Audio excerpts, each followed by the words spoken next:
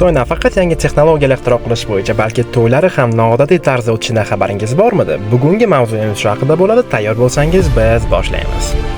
Xitoyning temir yo'l kompaniyasi tomonidan Anxoy provinsiyasida 288 nafar juftlikdan iborat bo'lgan o'z xodimlarining to'ylarini o'tkazib kelmoqda. Bu kabi to'y marosimlari har yil o'tkaziladi va to'yga ketadigan barcha xarajatlar kompaniya tomonidan qoplab beriladi.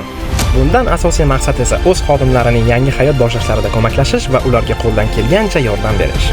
Shu kabi to'y marosimlari O'zbekistonda o'tkazilganda qanday bo'lardi? Javob izohlarda yozib qoldiring.